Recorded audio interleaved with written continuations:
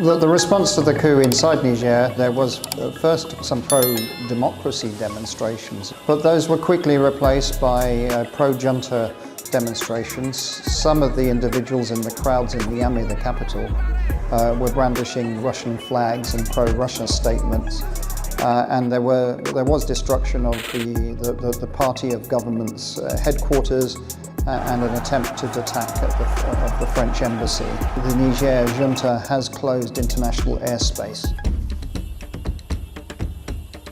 ECOWAS is the regional body, and it involves most of the West African states. And the new chairperson of ECOWAS is also the president of Nigeria, that's Bola Tinubu.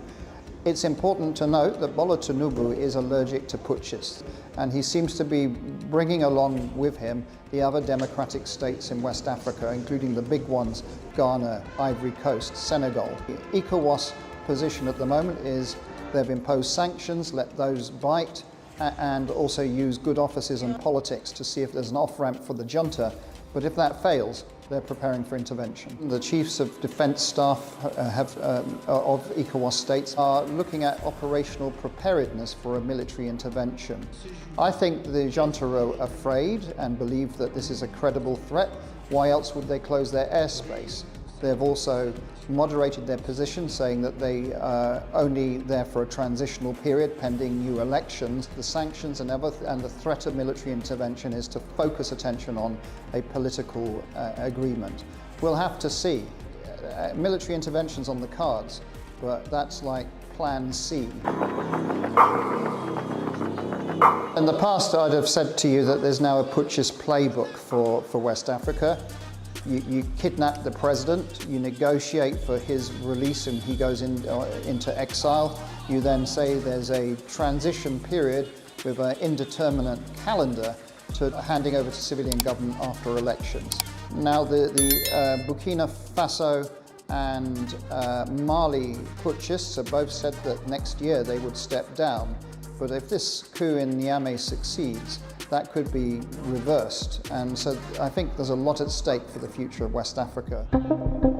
France, the EU, the UK, the US have all condemned the coup in Niger in categoric terms and have said that there needs to be a restoration of constitutional rule order.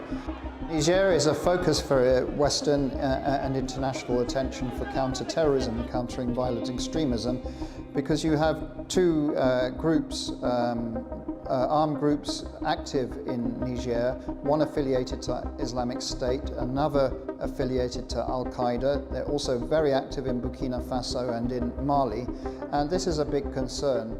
In the end, Niger is extended neighborhood for Europe and a country which could become a foothold for radical Islamist groups would be a threat for broader European security. Mr. Lavrov, the foreign minister of Russia, has twice publicly condemned the coup and says that there needs to be a restoration of constitutional rule.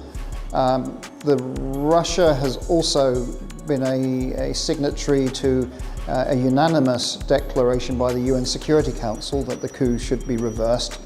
But, and here's the big but, Mr. Prigozhin, the founding member of the Wagner private military company, has come out and said, this is a great coup, it's anti-imperial, anti-neocolonial, and Wagner would be quite happy to provide assistance if asked.